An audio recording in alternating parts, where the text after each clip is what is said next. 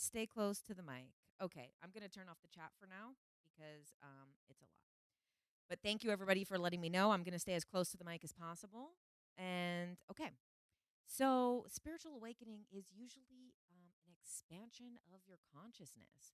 So usually that can mean that we have become aware of something. And like I was saying, that can look different for different people. So for some people, a spiritual awakening could be through conspiracy, which is a common path to spirituality. And there's nothing wrong with that path. And for some people who are more on the truth seeker side, that might be the path that works best for them. You know, there's some people who, because they maybe found out about, I mean, there's also a lot of people who are into like the QAnon stuff, which I was never into.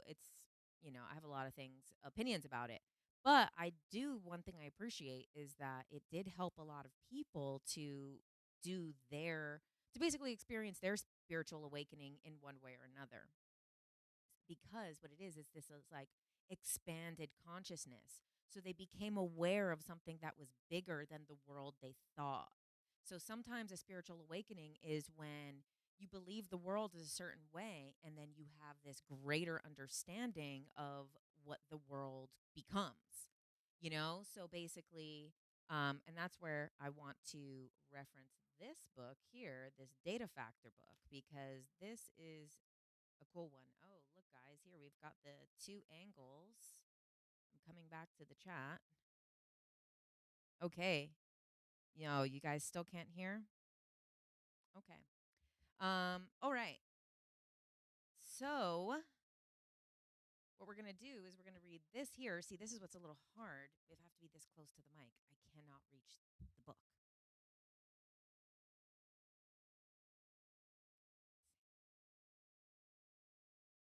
Okay. So this book, The Data Factor. So this is a quote that's quoting another book, actually. So, okay. It's written by J.G. Bennett, and it's from a book called The Great Enigma. And that book is being quoted inside of this book, The Data Factor. So he's referencing this. I am personally confident there there really is such work, certain work required for great cosmic purpose, and that there are people who understand it in a way that is not obviously visible on the surface. This means that there is, in effect, the twofold life. You see here it says twofold life. So there's a twofold life here on earth. One is visible, the external life in which we all have to participate. And the other is the invisible life in which we can participate if we choose to. In a sense, one can say that the first life is a casual life.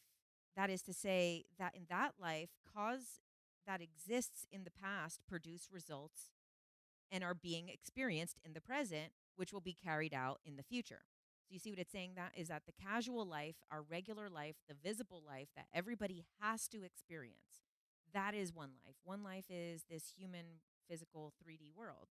And everyone, it's not a choice whether you participate in it, and that it's the past produces the present, which will lead to the future.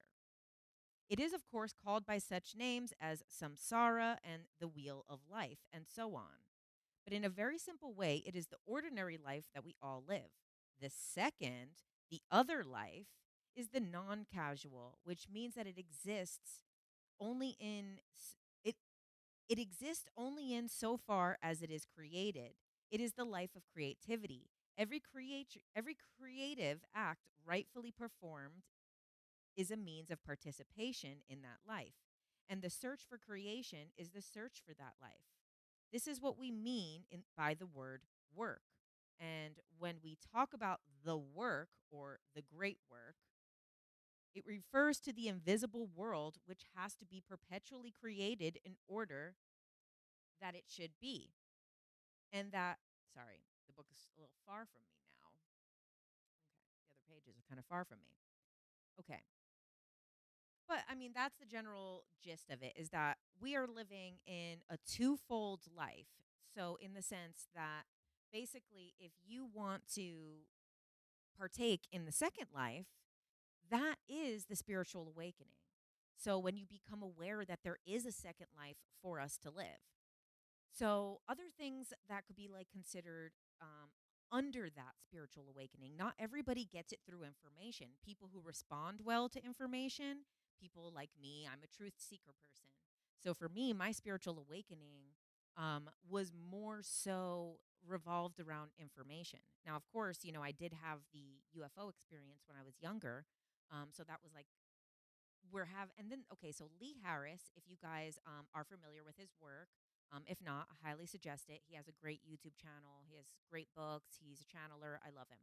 So that's Lee Harris, and he talks about how we have multiple spiritual awakenings, and how he, as this spiritual figure who has these best-selling books and all of this, he just went through another spiritual awakening in like the year 2020.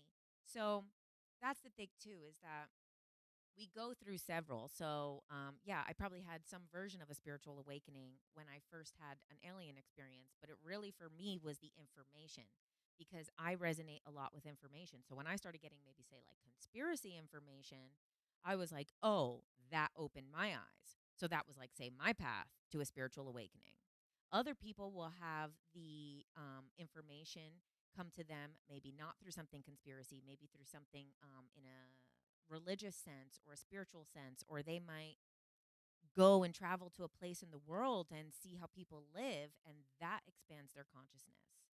And there's some of the other things that are about like a spiritual awakening or effects of a spiritual awakening or things that happen to people is the inner transformation.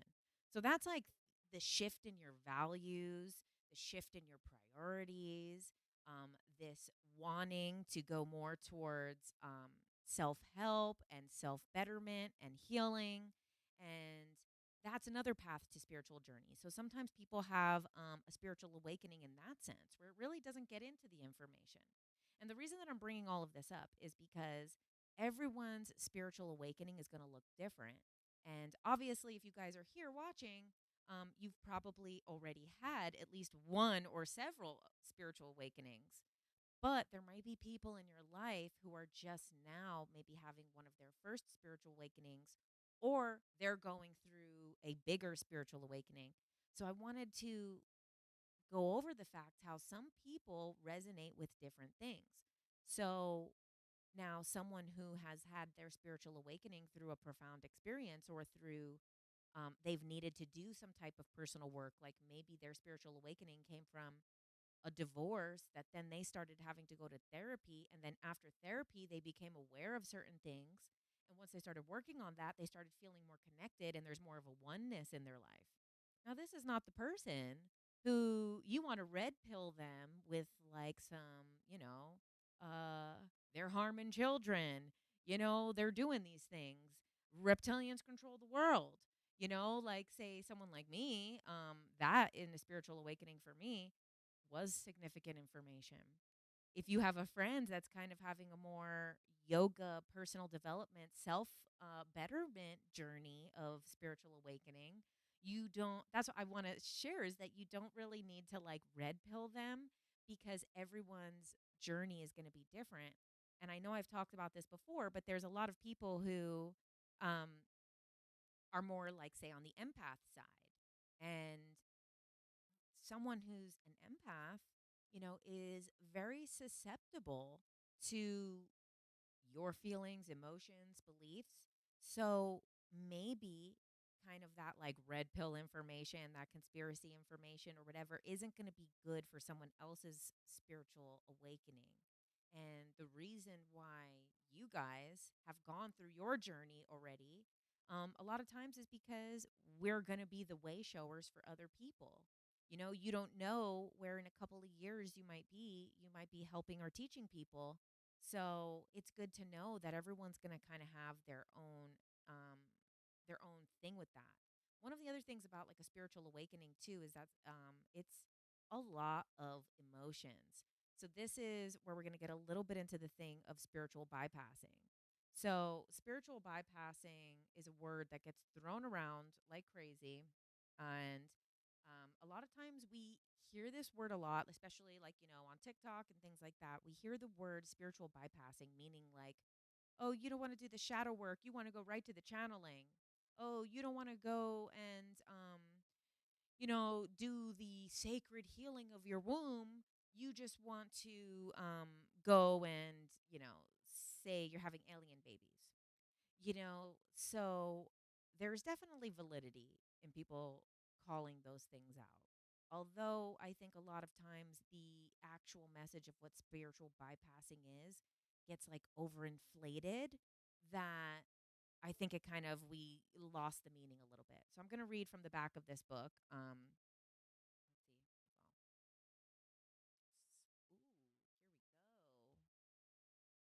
Well, ooh, here we go. I'm getting smooth. I'm getting smooth. I can't believe I somewhat fixed the audio in real time. I really am getting good at this. Okay. Oh, there. How do we? All right. We'll make it work. Okay. Spiritual bypassing.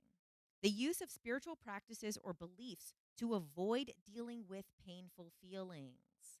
This is what spiritual bypassing means. Spiritual bypassing can mean that you're like trying to channel before you even want to deal with your own childhood trauma. Yes, it can mean that.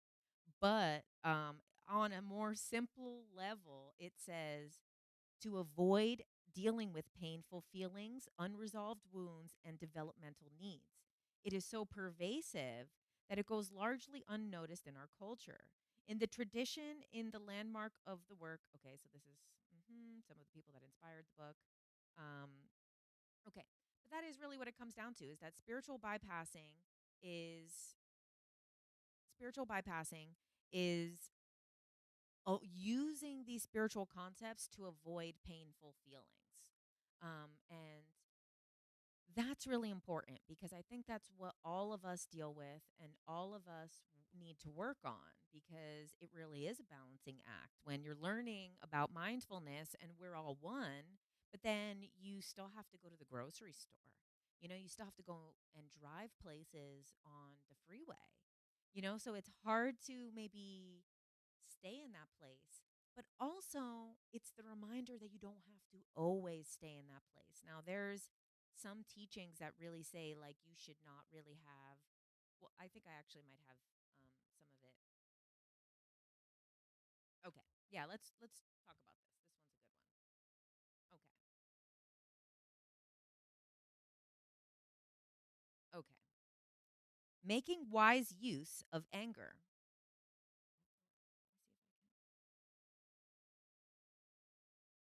Let's see if I can. Oh, okay. All right. Making wise use of anger. So, in spiritual bypassing's cosmology, anger is heavy duty negativity. It's about as far from love and enlightened living as you can get.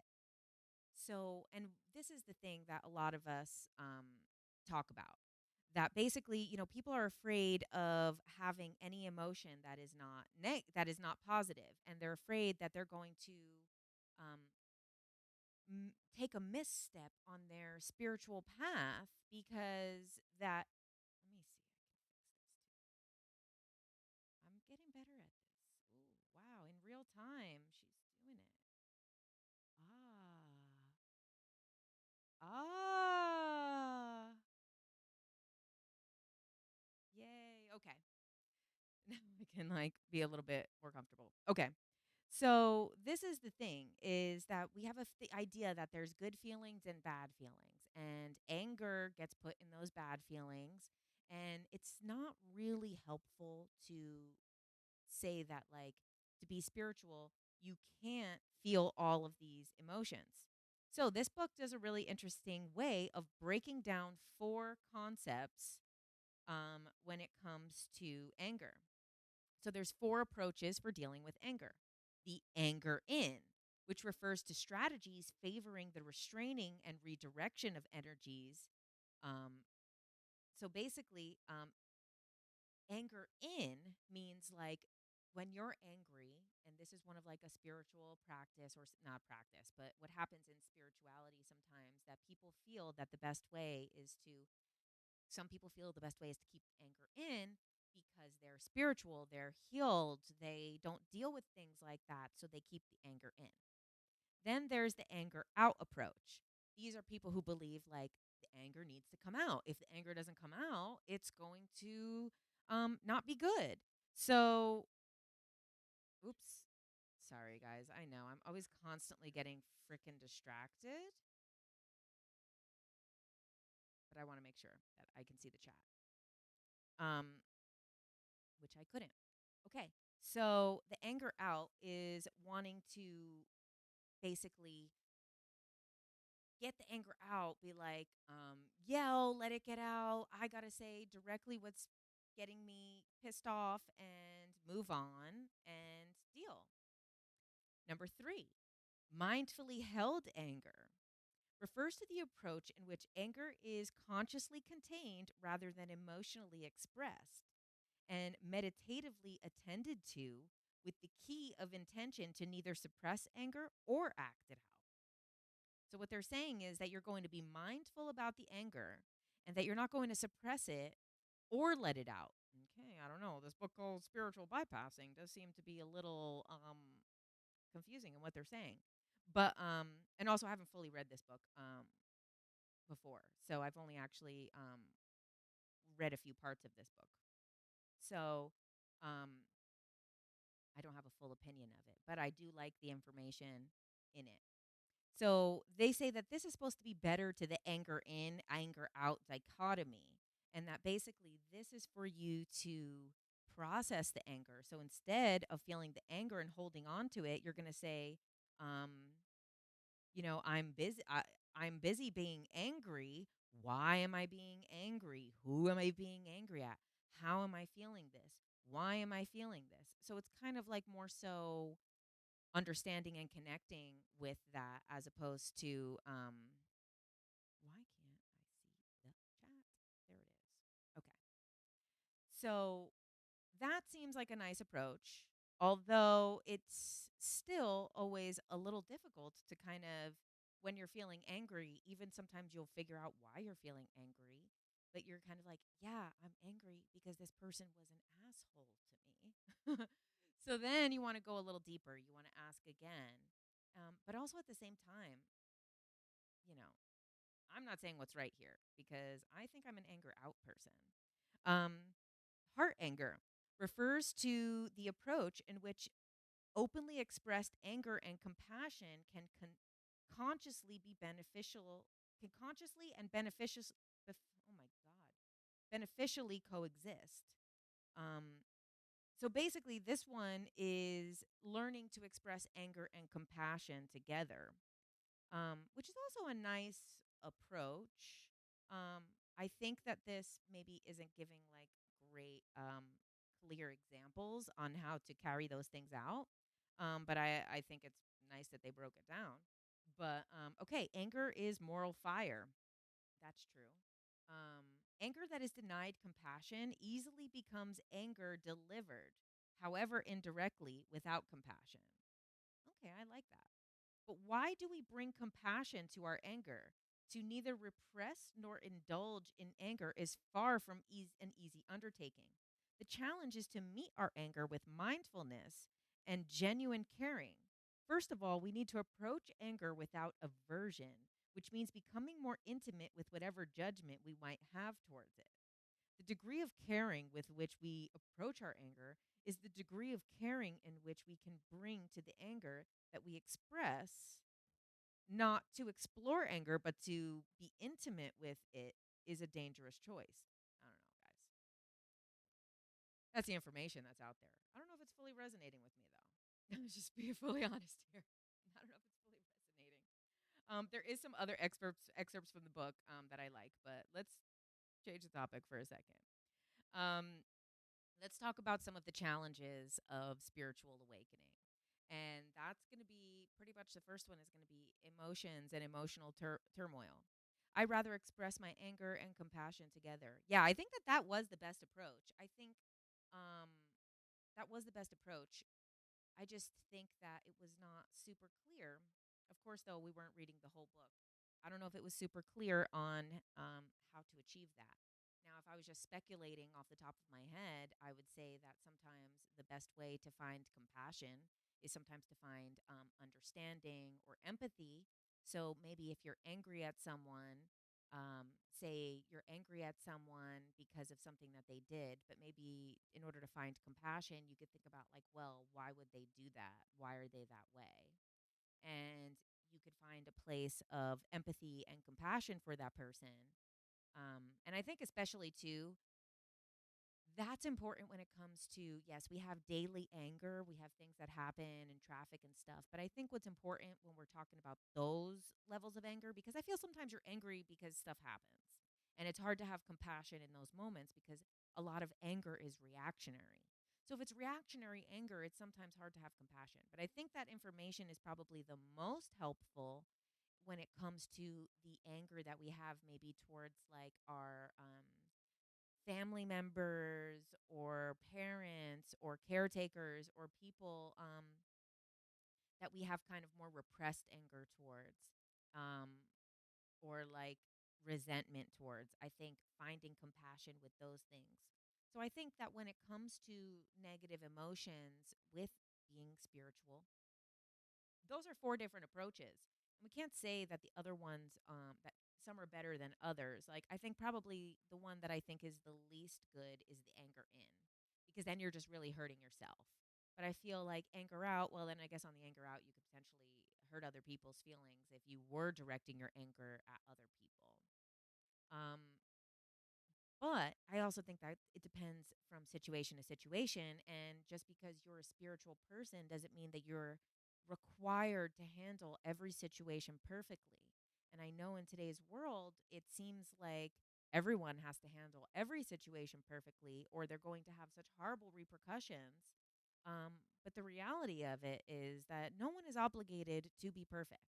No one is obligated to um, be completely at the right positive mood at all times, no matter how much spiritual work they've done, no matter how much they have, researched and read the things or done the courses or, done the 10-day yoga retreat of silence.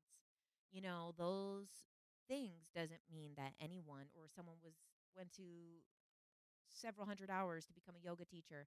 Like, that doesn't mean that they need to be completely mindful and completely, so we have that understanding for ourselves. We're like, well, I'm a person, I have all of these emotions. We also have to have these towards people that are teaching in these spaces. I'm guilty of this too. Or sometimes I see someone say something that I like their stuff and I follow them, but then I kind of don't like where they go, maybe with something else, or I don't like the way that they reacted to something. Um, but that's okay, because they don't need to be perfect. If someone is an astrologer, their job is not to be God, you know? And that's the thing too, is it also comes when it comes to um, seeing that in ourselves, that we don't have to always be perfect, but then also seeing that in other people just because they have done the work. Some of the other challenges that come up with spiritual awakenings, is like an existential crisis. To many varying degrees. An existential crisis could really have you feeling kind of like, why am I here? So this is one of the things that happens kind of earlier on in a spiritual awakening, is feeling like w- hopeless. Like, why am I here? Why am I on this terrible earth at this terrible time? Or why don't people get me? Or why are people different? And that's okay. It's okay to feel those things. It's part of the learning and growing process. Um, any of these things. We're going to have an overall thing to help with all of them. So it's going to be like the emotional turmoil, the kind of repressed anger from childhood or whatever against people who have hurt us. There's also grief. Sometimes we grieve our old lives. Sometimes we grieve the people that we used to be. Sometimes we grieve the people that other people used to be. We used to have friends and now we've grown and our friends haven't grown, and we grieve those old relationships, or we grieve any past relationship, friendship or romantic or whatever. There's also guilt. Guilt is another big emotion that comes up during spiritual awakenings, because Sometimes people, as you're improving yourself, you actually feel guilty for improving yourself because other people in your life are not capable of it. So you get like a wide range of feelings where you can feel guilty for having your spiritual awakening. And like I said, if we go back to the beginning, the spiritual awakening can be different for different people. Some people that means more information. Some people that means expanded consciousness. For some people that means a greater awareness of the world outside of our world. Sometimes it means the understanding that they have more to heal and that they're working on that stuff, and that the mindfulness and the oneness and the guidingness of the universe is enough for them and they don't need those other information. Sometimes people's spiritual awakening is that they're having a paranormal experience, or that they're having psychic abilities that are coming on, or they're experiencing multiple timelines, or they're experiencing weird dream stuff, or seeing things, experiencing things. So a spiritual awakening could be a lot of different things. And all of those things can bring up these emotions of guilt, grief. You know, if you're someone who's like, your spiritual awakening is something that has happened kind of like from your intensified senses and psychic abilities coming on, then yeah, there is going to be grief for your old life and for before you were dealing with this, and also kind of a sense of guilt for um growing and changing and possibly leaving other people behind in your life. Another one of the things that happens is an identity crisis. So that's the other thing that comes along with it, is that sometimes you're kind of like, wow, I'm not who I thought I was. And that's something that comes along with especially the truth seeker spiritual awakenings, because sometimes people, I mean, this is what happened with a lot of the QAnon people who had their spiritual awakenings through all of that dark stuff, because a lot of them have, it was very obviously geared towards like military type stuff. And a lot of the guys that got into that stuff were in the military or had that military influence in their life. And to find out that all of this conspiracy stuff is happening, whether people believe in it or not, whatever, the people watching and believing in that do believe in it. And to serve a country, and you believe that you're serving freedom in a country, to then find out that there could potentially be all of this really horrible stuff happening and that the country you're serving might have not existed, that's a huge identity crisis. That makes you feel like, wow, what am I if I was serving something that isn't even a real thing? Or maybe, you know, some people had like a corporate job, or maybe sometimes people were in a job that now they find to be not spiritually aligned with them. Like maybe they were doing some type of investing in shady things and they didn't see anything wrong with it, but now that they're spiritually awakened, they do. Or maybe people who were into different types of work that maybe they felt like they exploited themselves, then might have an identity crisis as they start to go through a spiritual awakening. So those things are normal. You know, I know an identity crisis sounds really crazy and extreme, and it can be, but it also could be a good thing, because when we learn about this stuff, we also know that like the timelines continue and that there's so many timelines. So if you feel like you're having some type of identity crisis, then you can write the story.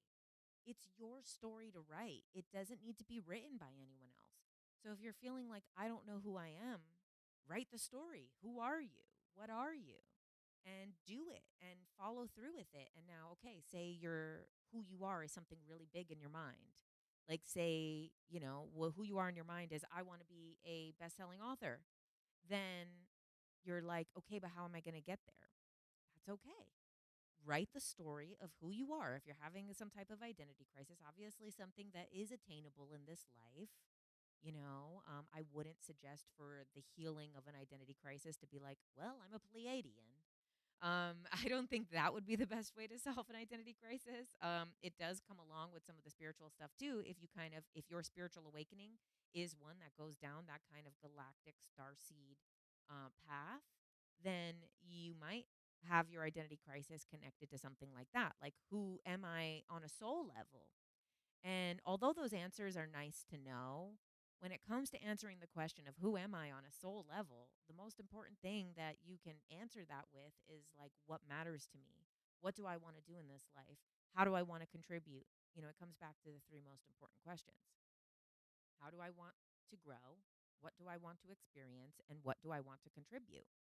So when you contribute something to the world, that is aligned with your soul. So, you might want to know your soul's whole entire story and whole history.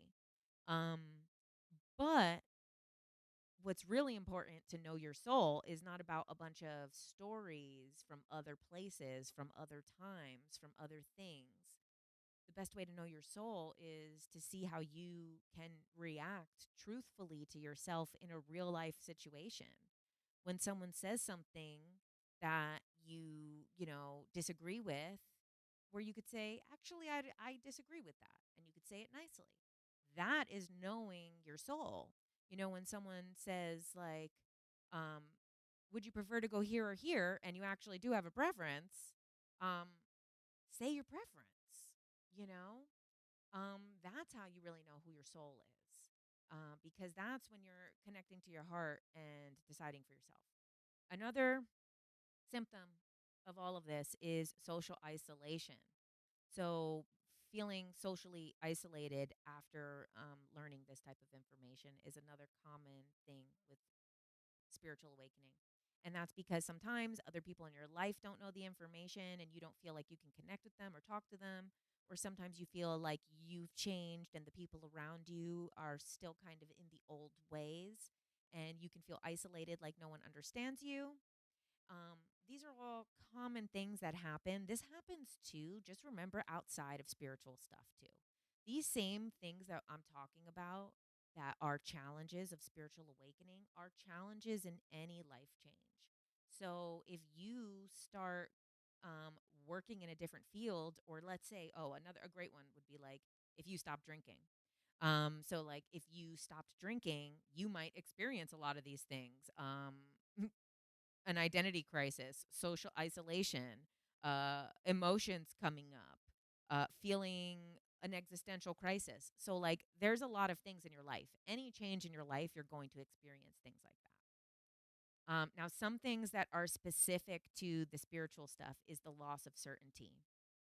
The loss of certainty is, I think, important to talk about because with the loss of certainty, we sometimes can spiral into not knowing what's true, what's not true. W- What's important to know is that we might never know what's true. Um, it's fun to explore, but then also releasing the idea that it is possible to know the full truth from our understanding. That's like if we expected a dog to understand the whole human world.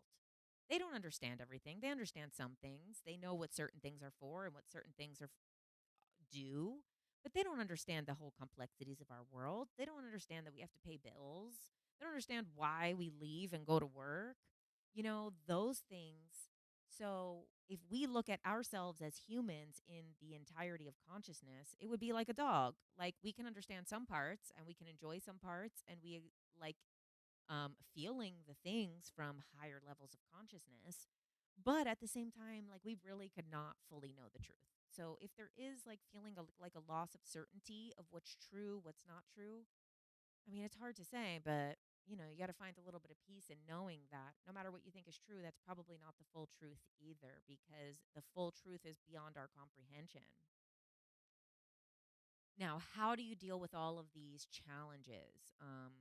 Obviously, people always want to use the word integration, but how do you integrate? That's really hard. Like, how do you deal with having an identity crisis or feeling socially isolated or feeling guilt for improving your life?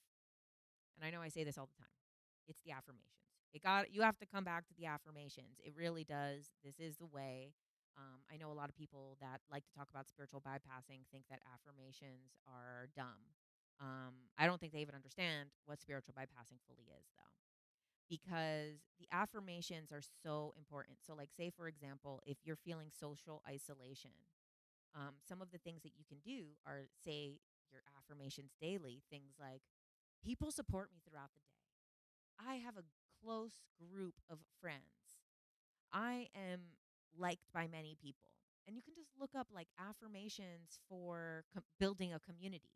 And you say, I know that my community is finding its way to me. Like if you just each day did 10 affirmations and you continuously and continuously told yourself every day, now that's for like, say, the social isolation, say for the identity crisis. You say, I trust in the evolution of my life. I trust in the evolution of my life. That's what it is. I trust in the evolution of my life. And that's saying, like, okay, I might not 100% know who I am right now, but that's okay because I trust in the evolution of my life. I know where I'm going. Saying things like, all that is meant for me is finding its way to me now. That is okay. So if you're having an identity crisis, you say, okay, that's fine. The things that are for me are coming to me. The reason that I don't feel like I connect with who I am is because I'm a blank slate right now. I'm a blank canvas. I'm about to be painted on with the greatest art that there ever was. And then that comes back to this Timothy Wiley book where they talk about the two world, the twofold life. And he said that that other life, the non-casual life, that life is the life of creativity, of the creative force. Now, we can create things in the physical, but the creative force is a non-physical force. Now, those things is how we shape into who we are. So you can start setting your identity with your if you have an identity crisis. Some of your affirmations are about how everything that's for you is coming to you. You are the blank canvas that is going to be painted with everything that was made and designed for you in this life. But then you also can add into that identity crisis kind of feeling with, I am powerful. I am successful. I am intelligent. You could just even do simple affirmations like that. And of course, there's like people who come up with really good affirmations where they really think about how to construct the sentence. I highly go suggest to go look those up. Also, yeah, if you use Audible, Drew MacArthur, the 5,000 plus affirmations, that's my jam. That's what I listen to in my car. So now the other thing too is with dealing with negative emotions while you're in this higher vibrational state. It comes back again to the affirmations. I have to listen to the affirmations while I'm in the car because when I listen to the affirmations when I'm driving, they suit me up, they make me feel good. They make me drive way less aggressively. It's hard to drive aggressively when you're like, I am a competent leader. I lead with certainty. I am calm, cool, and collected. It's pretty hard to drive like an asshole when you're saying those things in the car.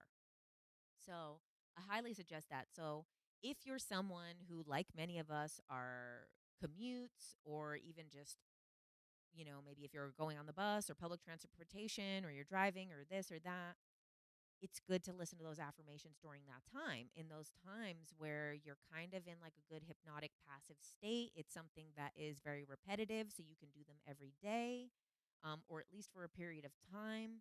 I highly suggest if you do the affirmations to do them regularly. Try to do them daily if you can. Yep, Drew MacArthur, that was his name, and the book is 5,000 plus affirmations. Oh, yes, and Courtney, you're so right with tapping. So that's the other thing too, and that's one of my things that I have here.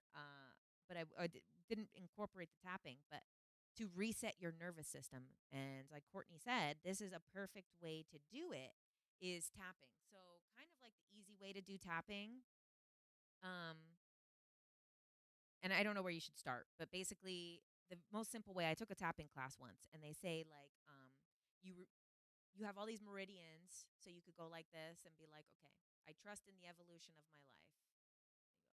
On the temples, I trust in the evolution of my life. On the cheeks, I trust in the evolution of my life. On the mouth, top of it, I trust in the evolution of my life. On the bottom, and then you do the chest, no, the middle of the chest, the sides of the ribs, and then back to the head. And then you can go to another affirmation. So that I saw was like one of the most simple tapping techniques. There's most of them have a lot more steps in how many you should do. That was the most simple. So it was top of head, temples, cheeks, upper lip, chin, center chest, sides of the ribs, and then back to the head. And so that's like a good way to reset your nervous system. Um, there's also a ton of classes and things on that are really great. So if you want to take some of those classes, I think the one that I took was by Jennifer Partridge. Um, so also, resetting your nervous system is one of the most important things you can do. And you could do that with meditation. Like I said, I like to use the Silva method. There is one of the Silva method meditations here on YouTube. It's called the Silva centering exercise. It's about 21 minutes and it's on Mind Valley's YouTube. I have a playlist. If you go to my playlists, I have one called Powerful Meditations, and it is on there.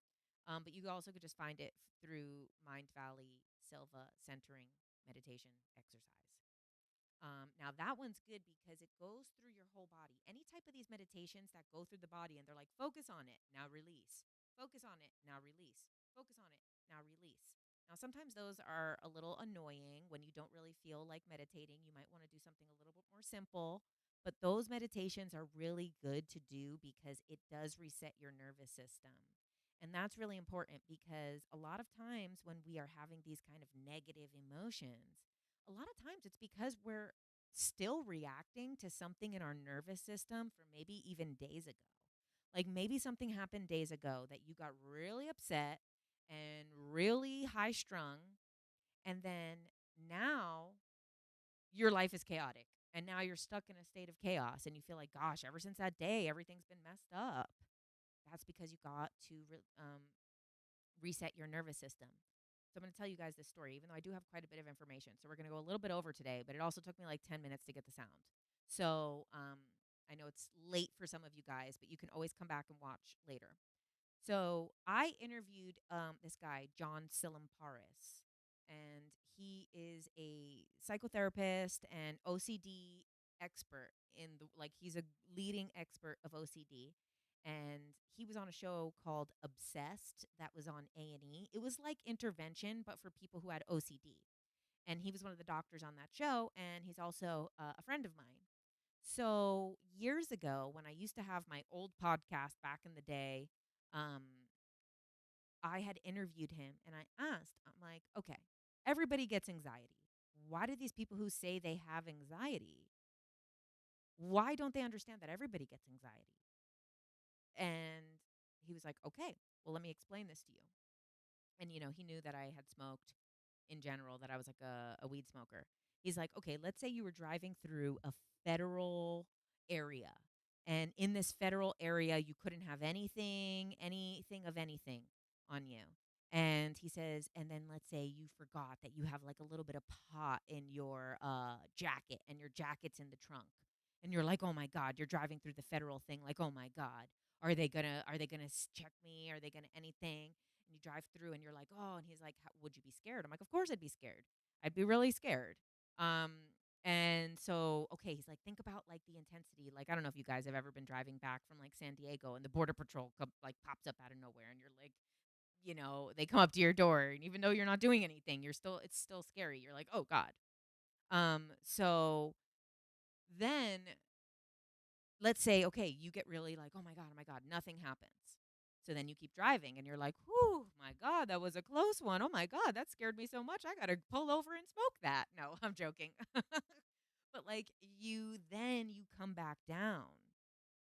He said someone who has an anxiety disorder is not able to bring their nervous system back down. So that's the difference between normal anxiety, which happens, and then when it becomes debilitating is when you're not able to bring yourself back down. So I experienced this once. One time my car, it was a freak accident, but anyway, my car got hit by another car on top. A car was on a lift and it hit my car. And I was inside, and that was scary because it cracked the back windshield. Like it's one thing like you have like kind of like I've been very grateful and lucky, even though I've had a lot of car weird stuff happen. I've always been safe. Um, but that was really scary to be kind of getting hit by a car from the roof and it's coming in through the like not on the ground level, from the sky level. That was scary. So when that happened, I was like, obviously. But then every like for like 2 weeks after that, it jarred me so much. And I got so upset. Like I reached such a level because I also got really angry that it happened because it shouldn't have happened. I felt every emotion at that time. It was something really stupid. Honestly, it was someone else's negligence that then smashed the top of my car. And I was so upset about it, but then I had like reached such a level of like being scared that like I would be driving and like someone would, I'd like switch lanes. I'm like, ah, ah, like, and I was like, oh my God, like I cannot live like this. Like every single time, like, I would drop like a fork. I'm like, ah, like, and I'm like, oh my God, I cannot live like this. Um, and then I had to really be and this is what we're talking about. So sometimes when it comes to this stuff about negative emotions, okay, yes, it's okay to feel them. And we're not saying don't feel them. But sometimes if we're feeling negative emotions, not in relation to what actually happened, like say someone's just passing you in a car and you're like, ah, asshole, you're driving so dangerous. Like if you're getting like that, then you know that something else is off. So it's not really just like, oh, I can't feel my negative emotions. I need to suppress them. It's like, okay, I need to consciously and actively reset my nervous system. And what that means is, yes, tapping, like Courtney said, is an excellent way to do it because that's getting the like meridians on your body activated. And so doing it while saying affirmations. Um, Working out is a good one for people, but not everyone is enjoys working out or everyone has the option to work out. So I like the tapping is good, breath work is good, meditation is great. Meditation is the best thing you could do. The Silva method, the centering exercise, or any meditation that you like that goes through the body parts and puts them like into a state of relaxation on your eyelids, into a state of relaxation, into a state of relaxation. So when you have these meditation practices, so whatever type you like to use, because like that's a common practice in meditation. But if you were to do that regularly, if you could do it daily, you probably will see that you're going to be less reactionary and that a lot of those negative emotions are going to pop up less because your nervous system is like, oh, I'm safe. That's okay. We already reset from that and you continue to reset. And you can also put that intention and saying, I'm resetting my nervous system back to its best form or whatever. I'm sure there's tons of people who do work like that, so you could probably find one on YouTube that's about like balancing your nervous system um back to its place. Okay, one of the other things is balancing with your daily life. So sometimes it's really hard to get into all of these spiritual concepts and then clock into your day job, which is something that most people are dealing with. And, right now I don't have a day job. And, but for most of my life, and that I've been doing all like researching and reading all this, I have. Um, and when you are living in like 5D, like literally you're in your apartment, you're living in 5D, you did your yoga, you did your meditation, you read your book for today, you said your affirmations, you're on cloud 9. Then it can sometimes make you feel not good about yourself when you then go back into work and kind of feel like you're not maybe being appreciated. I've had a bunch of different jobs, but one of the most recent jobs was that I was working in restaurants. I managed a lot of restaurants, but then I basically demoted myself to be a server because it was easier and you made cash. So all of those different positions, though, I mean, just working any position in restaurant is difficult and a ton of work. So you can literally be here meditating and you have your guides being like, you're so special, you have such a big purpose, and then you go to work and they're like, ma'am, ma'am, ma'am, i thought I thought there was no dairy in this. You're like, why did you think there was no dairy in it? I didn't tell you that. So like literally this then becomes your life. And so that sometimes doesn't feel good. But I do want to acknowledge that none of that is ever a representation of yourself or your soul or anything. And know that everything is happening for a reason. One of the biggest things, I've had so many jobs that made me feel not great about myself. Um, and just so many over the years, bosses that make you do the job of several people while only paying you as one person because you're one person who's capable. I'm sure many of you guys have experienced that. And those type of things don't make you feel great. However, looking back at my whole work history with a different perspective, I feel like work is like a portal. Every job that I've had has brought people into my life that were supposed to be in my life. Some of my best friends, some of the greatest people I've ever met, also some of the worst people that you've ever met. And sometimes those people are teaching you lessons too. Sometimes that horrible boss that you end up suing or something ends up being someone that you needed to have that lesson with, that breaking that karmic barrier between you. So always remember that it's still working in divine order. There is no stepping off of the path of your life. So maybe you feel like, oh, I'm doing all of this spiritual work, but now I had to get this boring job that is not aligned with me because, you have your life and your bills to pay. And there's nothing wrong with that. And that is not stepping off the spiritual path. I want everyone to know that just because, say, you stop researching or stop reading or stop meditating or take a break from your yoga or you end up getting a job that's not aligned, you're never off of your spiritual path, because the spiritual path is not just the spiritual path is the real life stuff. This is the path of your life now. So it is sometimes those difficult relationships or those um, work struggles or those people that, push your buttons at work.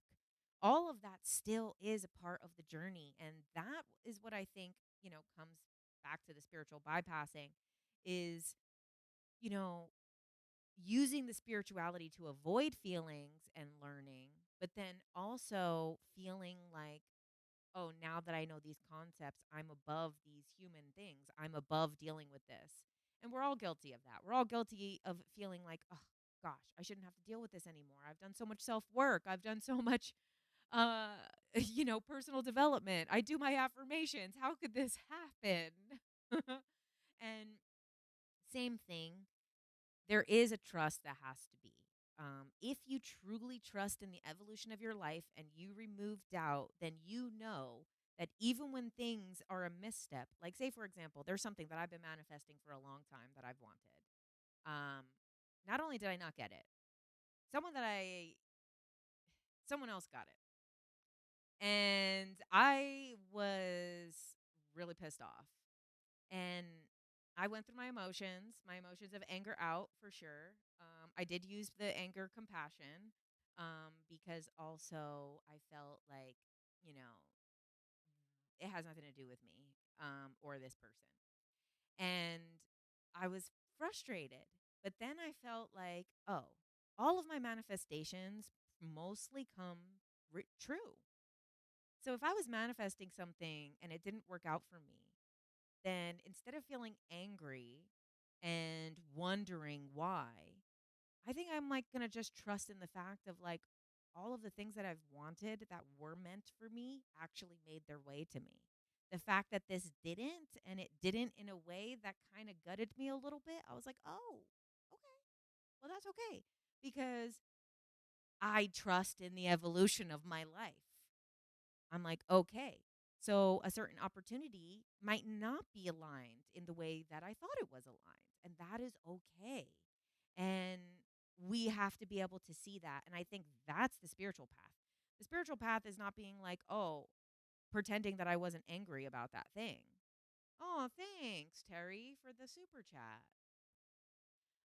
It wasn't saying like, oh, don't feel those emotions. Yeah, I was angry. I was fuming.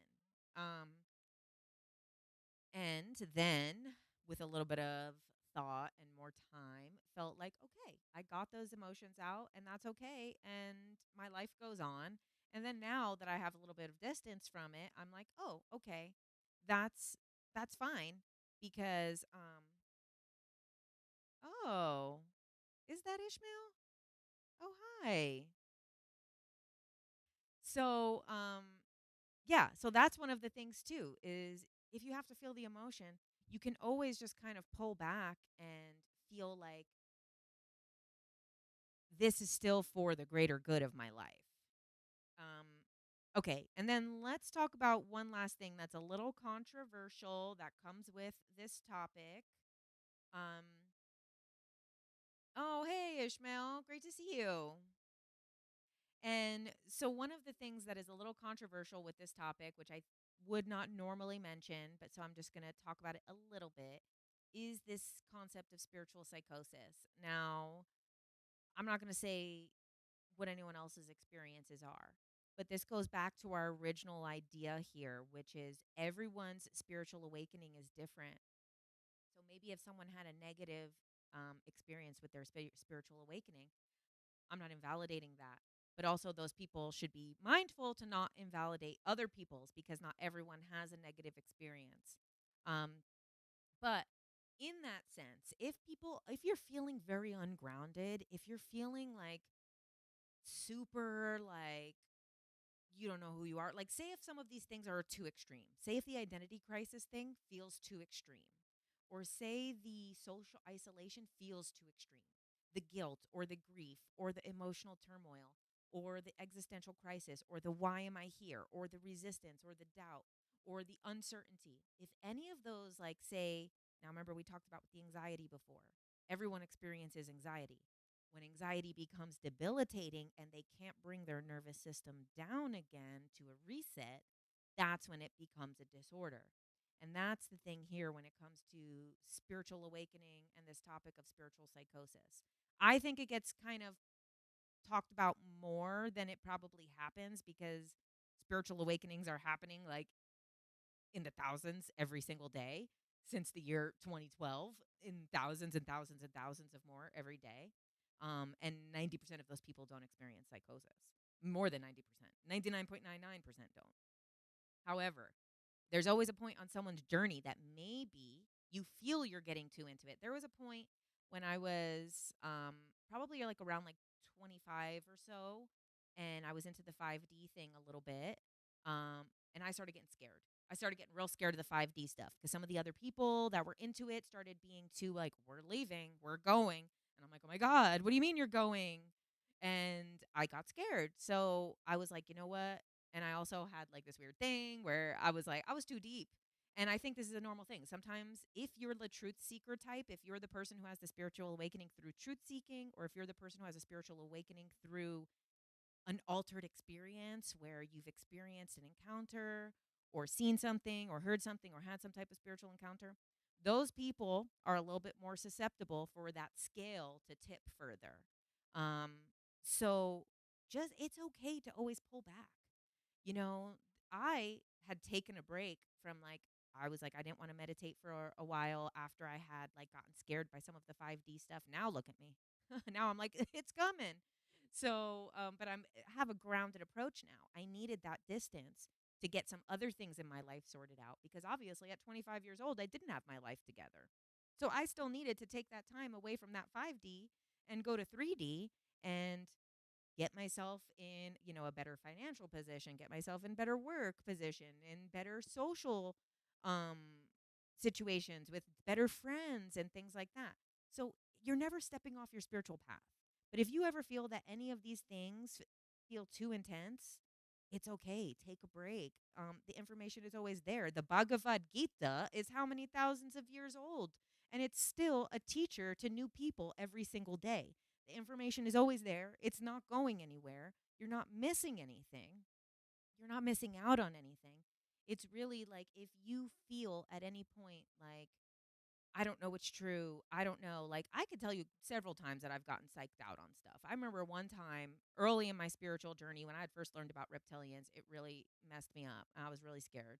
And I remember my friend, we were in downtown LA near Skid Row at night. And I don't know, there was these two homeless people outside and they were fighting with each other. And I swear I saw them as reptilians. Like, they did not look like people. And I was like, dude, take the light. Go through the light. Oh my God, they're freaking reptilians, dude. I was like screaming. I was laughing because I knew how ridiculous it sounded, but at the same time, I really wanted her to drive through that red light. If you find yourself feeling like that, it's totally okay to take a break. You're not going to lose your place in the spiritual journey. No one's going to take your spot. It's still your journey, it's still your path. And there's always things when you step off of that path that are for you.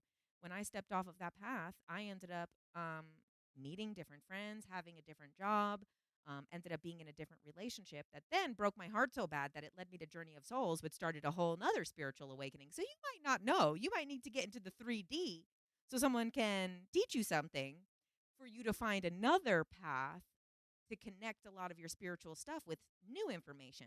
So sometimes when you step off your path or you feel like I need to take a break from this, I feel overwhelmed, it's too much information, that's okay.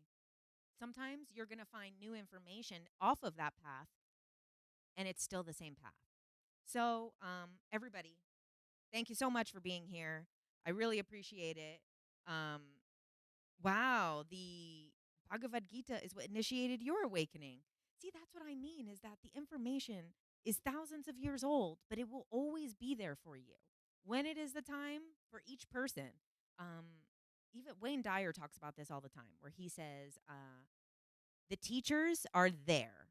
When you're ready to learn it, they present themselves, and it will always be that way. And you guys know with the spiritual stuff, it will literally like pop in front of you. It'll be some random person on the street that tells you something.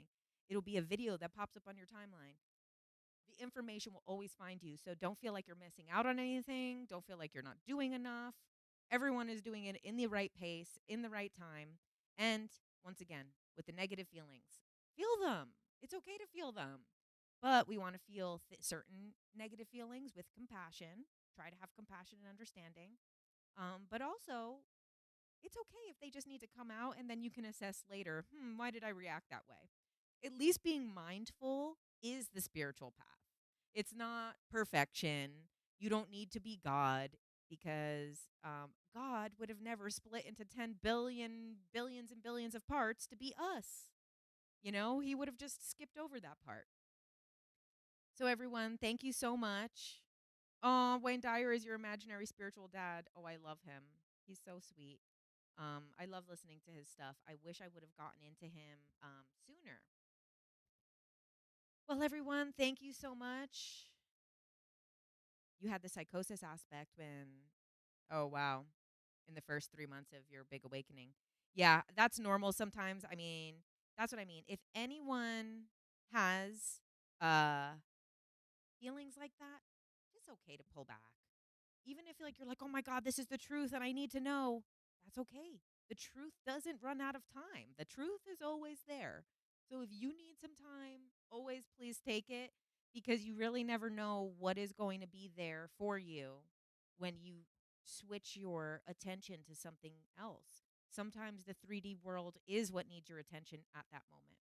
So I love you so much, guys. Thank you so much for sticking it out with me. With my sound issues, I'll probably try to delete the beginning of the video. But everyone, I also have my class coming up May 28th. It's going to be this coming Sunday. We're going to be working on self-worth. Great to tie into this topic. It's going to be, instead of manifesting wealth, it's the worth manifested. We're going to see what we're worth and program our self-worth in our own minds, reprogram our brains, and once again, you know, it's going to come down to the affirmations. We're going to, again, talk about the importance of that. But we're going to do a group hypnosis using the Marissa Peer method. And I hope to see you guys there. The tickets are $22. And thanks, guys. Love you so much. And I'll see you next week.